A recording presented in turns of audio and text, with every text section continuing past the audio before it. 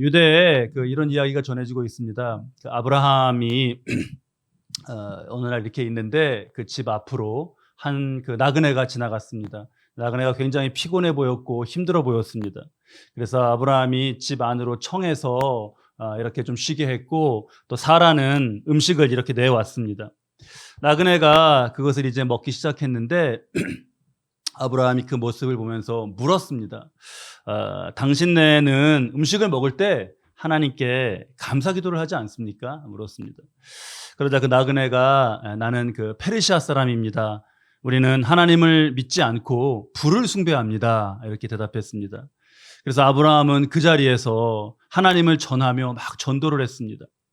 그런데 이게 논쟁만 계속 길어지는 거였습니다.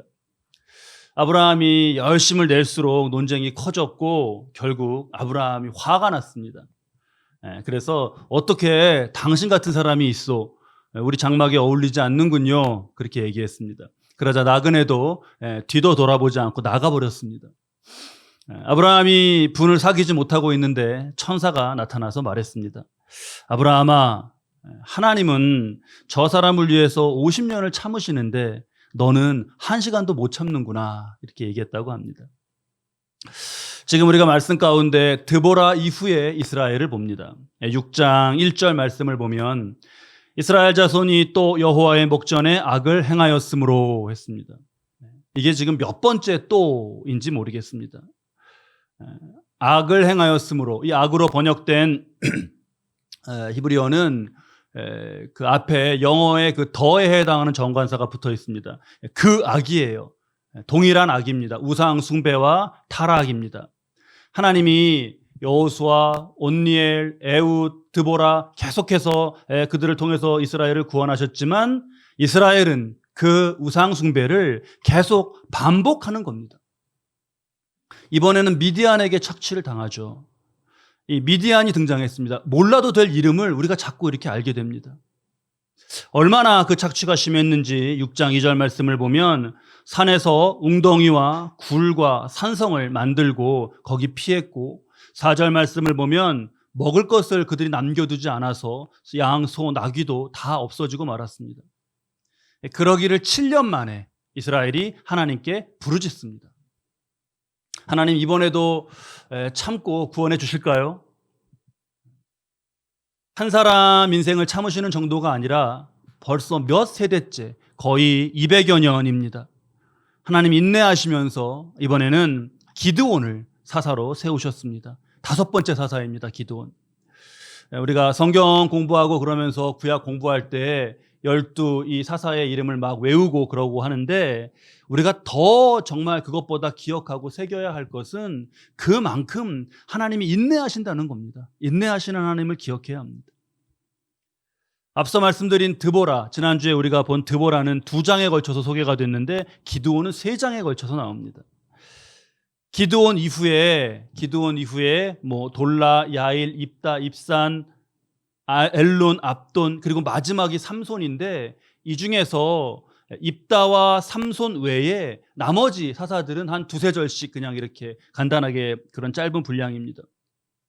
부르심, 순종, 그리고 그 전투의 과정과 극적인 승리를 자세히 전하시는 그런 점에 있어서는 기드온이 이 사사기 전체의 어떤 정점이라고도 할 수 있겠습니다.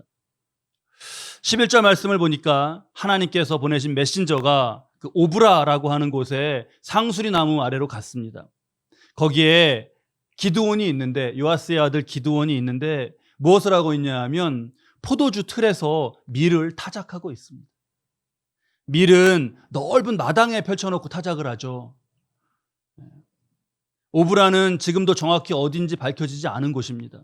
그러니까 장성한 이스라엘 청년이 미디안 사람들의 눈에 띄지 않을 어느 곳을 찾아가지고 거기 어느 집에 있는 포도주 틀에서 간신히 약간의 밀을 타작하고 있는 겁니다. 하나님을 떠난 이스라엘의 그런 어떤 형편이 다 이 말씀에 집약되어 있습니다. 이런 궁색한 모습의 기드온을 하나님의 사자가 이제 부르는 거예요. 그런데 그런 궁색한 모습과는 전혀 어울리지 않는 호칭으로 부릅니다. 12절 말씀을 보면 큰 용사여 이렇게 부릅니다. 큰 용사여. 무슨 큰 용사입니까? 큰 겁쟁이 아닌가요? 그런데 또 힘이 없어서 어쩔 수 없이 그러고 있는 모습을 또 겁쟁이라고 하기도 그렇습니다. 그러면 기드온아 이렇게 하면 어떨까요? 근데 그런 것이 아니라 하나님은 큰 용사여 이렇게 부르게 하셨습니다. 우리가 잘 새겨야 합니다. 그가 어떤 존재인가의 규정이 그의 현재의 모습이 아니라 그를 아시고 그를 쓰실 분의 부르심으로 지금 불러진 겁니다. 여호와의 사자가 이걸 뭐 허풍으로 큰 용사여 이런 것이 아닙니다. 뒤이어 근거가 나오죠. 여호와께서 너와 함께 계시는도다. 여호와께서 너와 함께 계시도다. 이 말씀에 지금 담겨 있는 어떤 우리가 깨달을 수 있는 존재론적인 의미라는 것은 엄청나게 큽니다. 인간이 이 땅 위에 다른 모든 피조물보다 만물보다 귀한 존재로 하나님께서 인간을 만드셨죠. 어떤 존재든 자신보다 더 가치 있는 것으로 꾸며지고 더 그런 가치, 자신보다 더 가치 있는 것에 만족감을 느낍니다. 우리 새벽기도 시간에 한번 나누었는데 물질 중에서 이 땅 위의 물질 중에서 가장 가치 있다고 하는 것이 다이아몬드죠. 다이아몬드를 꾸며줄 만한 다른 것은 없습니다. 가장 귀한 것이니까요. 저희 그때도 말씀드렸습니다. 우리 둘째 딸이 8살인데 이렇게 막 반짝반짝거리는 걸 되게 좋아해요. 너무 좋아합니다. 제가 딸 기르면서 처음 알게 됐어요. 세상에요. 반짝이 뭐 신발, 반짝이 티, 반짝이 색종이, 반짝이 풀, 반짝이가 엄청나게 많습니다. 그런 걸 좋아해요. 그래서 그런 걸로 막 꾸미는 걸 되게 좋아합니다. 막 집에 그 반짝이 가루들이 바닥에 막 있고 그래요.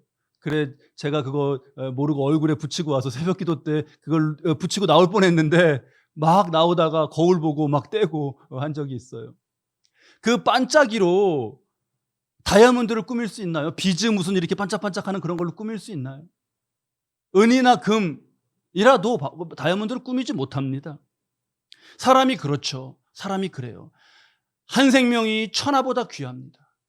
근데 마귀가 이걸 속이는 거예요. 자꾸 자신보다 못한 세상의 것으로 거기서 만족을 찾게 하고 그것으로 자기를 어떻게 이렇게 더 가치 있게 꾸며보려고 하도록 그렇게 합니다. 그러니까요, 만족이 되질 않아요. 계속 목이 마릅니다. 이렇게 봐야죠. 사람이 그렇게 귀한데 사람을 포함한 모든 천지 만물보다 귀한 분이 있죠. 하나님이세요. 그래서 사람은 하나님을 만날 때 비로소 궁극적인 만족을 느낍니다. 파스칼이 이를 두고 인간에게는 하나님만으로 채울 수 있는, 하나님만으로 채울 수 있는, 하나님만이 채우실 수 있는 공허가 있다. 이렇게 얘기했어요. 어거스틴도 비슷한 고백을 하죠. 하나님, 우리 마음은 당신 안에서 안식할 때까지 쉴 수가 없습니다. 같은 맥락의 고백입니다. 좀 더 묵상하면 우리를 궁극적으로 만족시켜 줄 수 있는 것이 이 땅 위에 없다라는 사실, 그 사실은 우리가 이 땅 위만을 위해서 지어진 존재가 아니라는 것을 암시하고 있습니다. 그런 정말 존재론적인 깊은 의미가 담겨 있는 하나님께서 너와 함께 하시도다, 그런 진리로 하나님의 사자는 기드온을 깨우고 포도주 틀에서 일으키시고 그러므로 너는 큰 용사다 이렇게 선포하고 있습니다. 기드온은 그 말에 이렇게 대답해요. 15절 말씀이죠. 보소서, 나의 집은 므낫세 중에 극히 약하고 나는 내 아버지 집에서 가장 작은 자니이다. 큰 용사요 라셨는데 가장 작은 자라는 거예요. 여기 기드온의 겸손이 있습니다. 이 장면 보면 모세가 떠올라요. 모세가 하나님께서 광야에서 모세를 부르셨을 때 모세가 그렇지, 이제 때가 왔구나, 이제 하나님이 나를 알아보시는구나 그러지 않았죠. 자신은 입이 뻣뻣하고 혀가 둔한 자라고 했습니다. 뒤에 보니까 말을 모세가 굉장히 잘해요. 그만큼 하나님과 하나님 일 앞에서 삼가는 마음, 겸손한 마음이 있었던 거예요. 그때 모세에게 하나님이 뭐라 그러시나요? 출애굽기 3장 11절 12절을 보면 내가 누구이기에 바로에게 가며 이스라엘 자손을 애굽에서 인도하여 내리이까?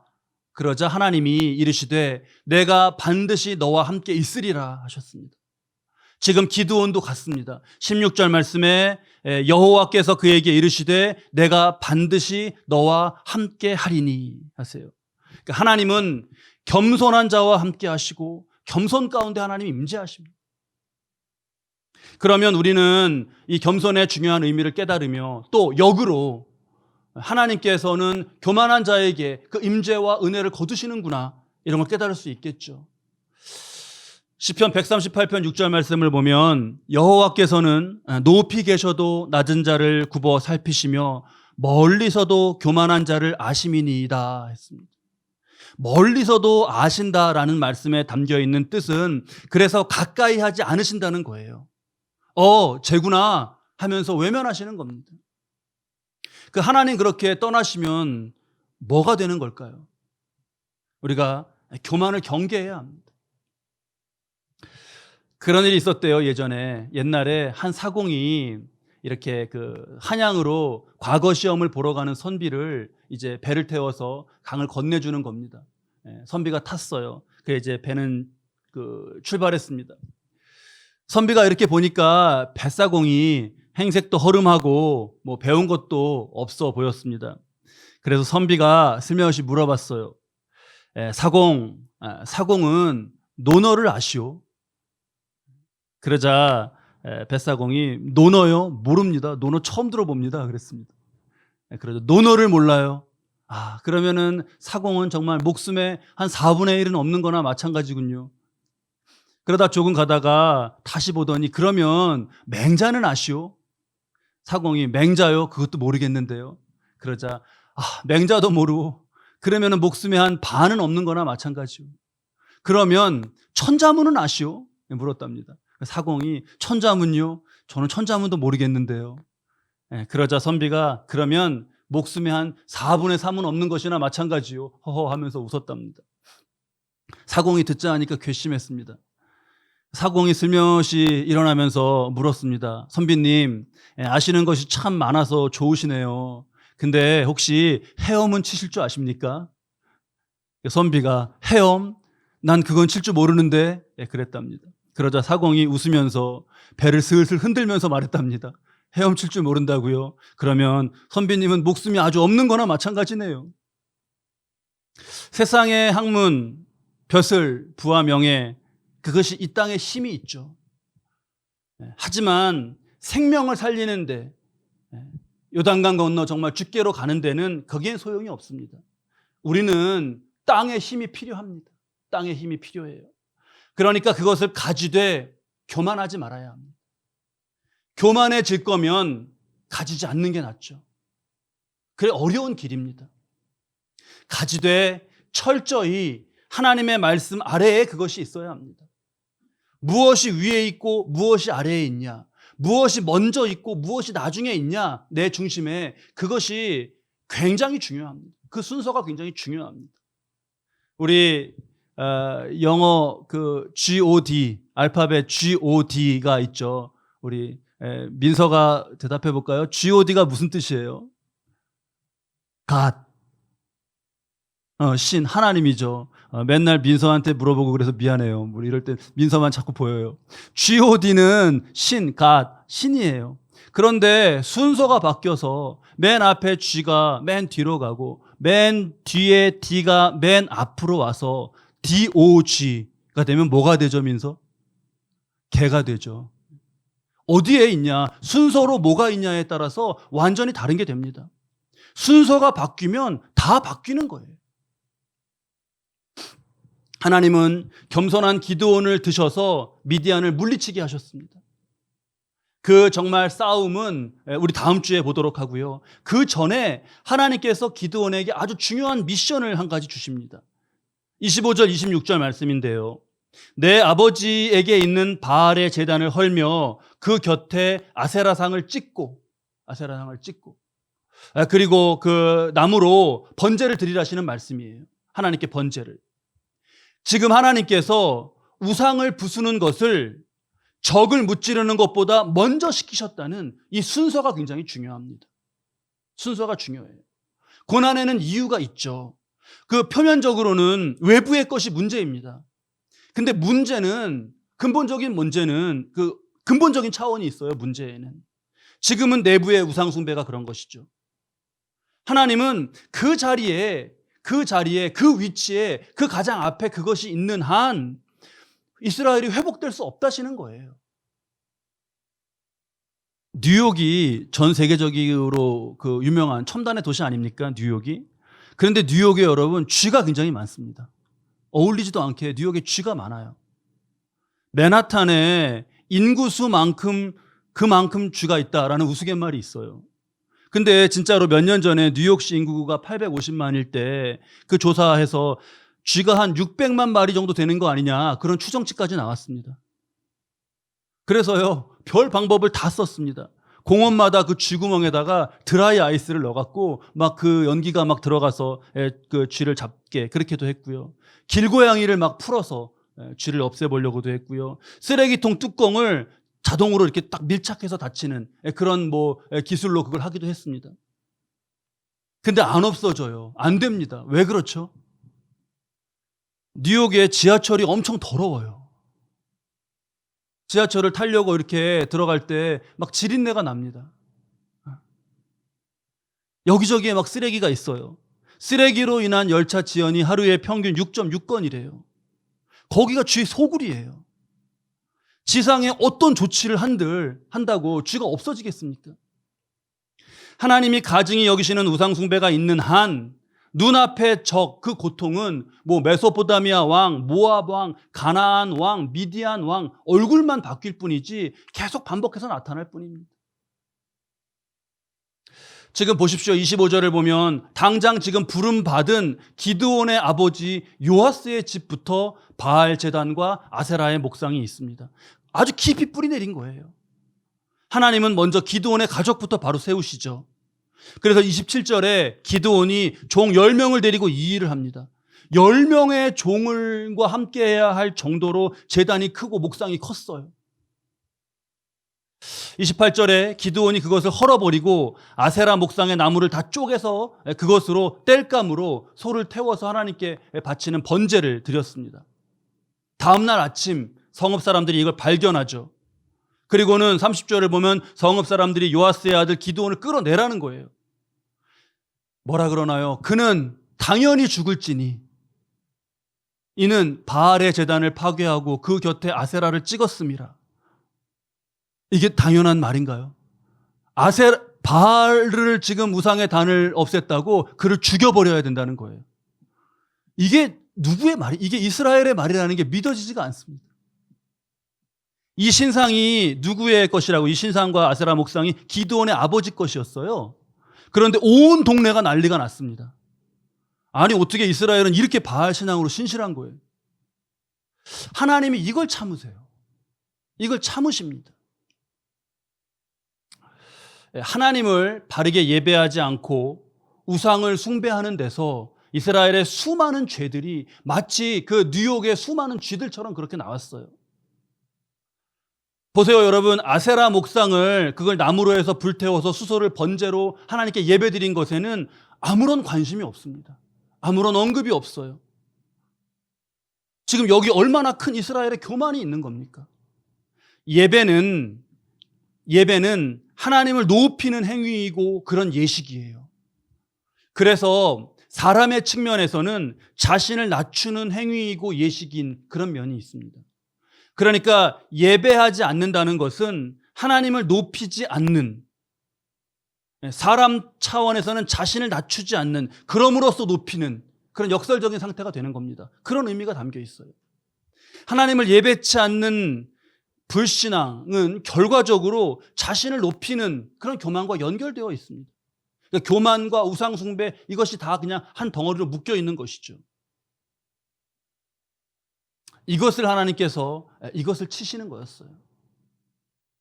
기드온이 먼저 해야 될 순서가 중요하다고 하지 않았습니까? 먼저 해야 될 그것을 감당했습니다. 그 사명을 감당했습니다. 그러자 정말 예상치 못한 일이 일어났죠. 온 동네가 기드온을 내놓으라고 난리를 치는데 31절 말씀을 보면 기드온의 아버지 요아스가 나섭니다.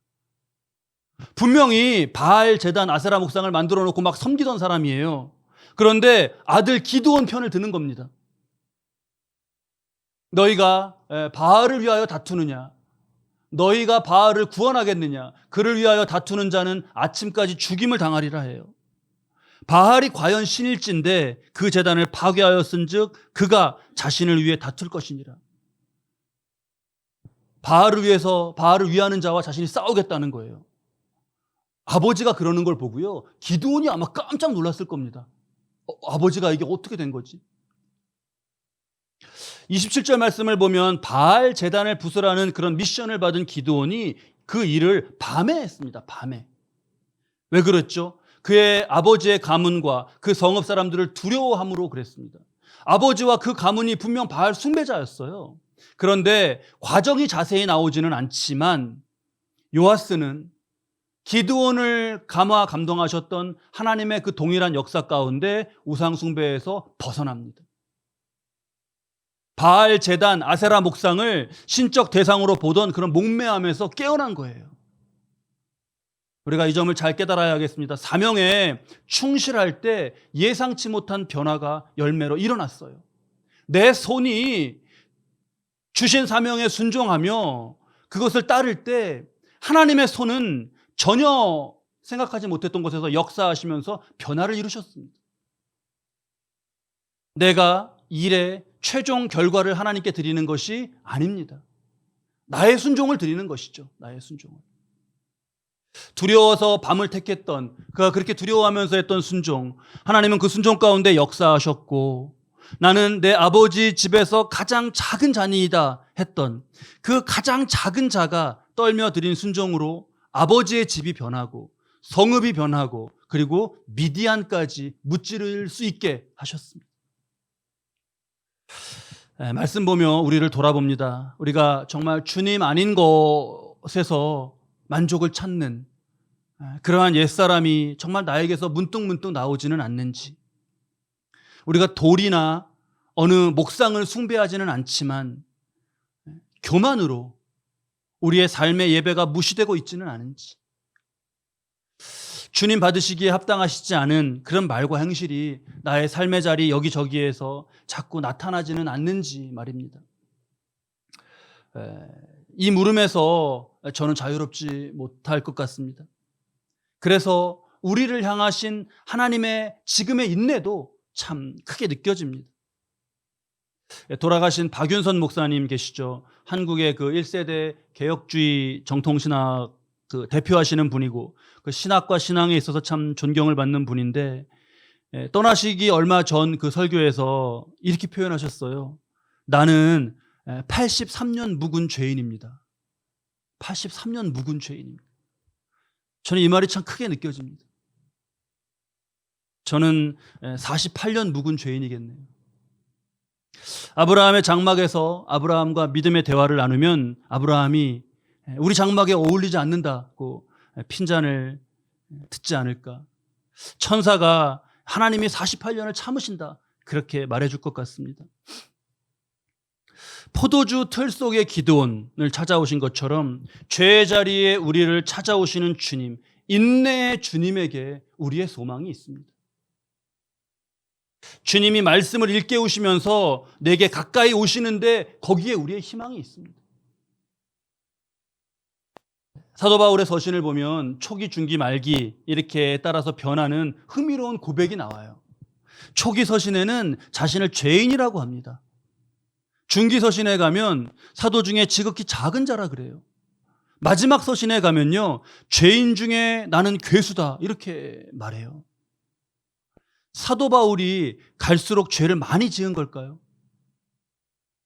반대일 겁니다. 반대로 죄는 덜 지었을 거예요. 그런데 주님을 더욱 가까이 깨닫고 그 은혜가 얼마나 큰지를 깨달아 보니까 나의 허물이 커 보이는 거예요. 점점 커 보이는 거예요. 그러니까 막 먼지 구덩이에서 더럽혀진 옷에는 흙이 좀 묻어도 전혀 티도 안 나고 의식도 안 합니다. 그런데요, 하얀 셔츠는 거기에 작은 뭐 김치국물 방울 같은 것 하나만 튀어도 그것을 다 옷을 갈아입어야 할 정도로 그게 크게 보이는 거죠. 사람이 선해지면 선해질수록 자신 안에 남아있는 악을 더 분명하게 깨달을 수 있습니다. 반면에요, 악해지면 악해질수록 자신의 악을 깨닫지 못합니다. 죄인임을 크게 깨닫는다는 것은 그만큼 은혜가 큰 걸 체험하는 거예요. 그러니까 영적으로 그것은 주님이 곁에 더 가까이 있으신 거예요. 여기에 우리의 소망이 있습니다. 자, 그러니 내가 아닌, 세상이 아닌 주를 더욱 바라보시는 저와 여러분, 그렇게 살아가실 수 있기를 바랍니다. 소망으로 주를 바라보고 내 몫의 순종, 거기에 충실할 때 하나님은 우리의 집을 변화시키시고 성읍을 변화시키시고 대적을 물리치는 그런 하나님의 결과를 이루실 것입니다. 그러한 저와 여러분의 복된 삶 되시기를 주님의 이름으로 축원합니다.